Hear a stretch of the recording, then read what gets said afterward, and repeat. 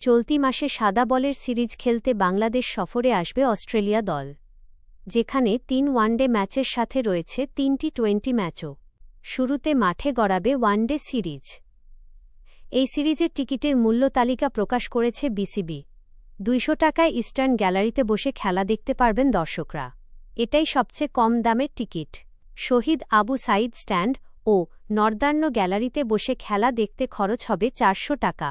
Club house অর্থাৎ শহীদ মুশতাক আহমেদ ও শহীদ জুয়েল স্ট্যান্ডে বসে খেলা দেখার জন্য দর্শকদের গুনতে হবে ৬০০ টাকা।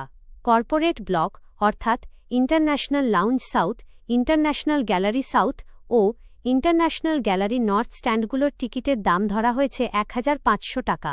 গ্র্যান্ড স্ট্যান্ডের টিকিটের দাম ২৫০০ টাকা। এই সিরিজে সশরীরে টিকিট কেনার সুযোগ থাকছে না দর্শকদের। সবশেষ কয়েক সিরিজের মতো এবারও অনলাইনে টিকিট কিনতে হবে। বিসিবির ওয়েবসাইট থেকে টিকিট কিনতে হবে সমর্থকদের। আজকে থেকেই টিকিট ক্রয় করতে পারবেন। আগামী ৯, ১১ ও ১৪ জুন মিরপুর শের-ই বাংলা জাতীয় ক্রিকেট স্টেডিয়ামে হবে ৩ ম্যাচের ওয়ানডে সিরিজ।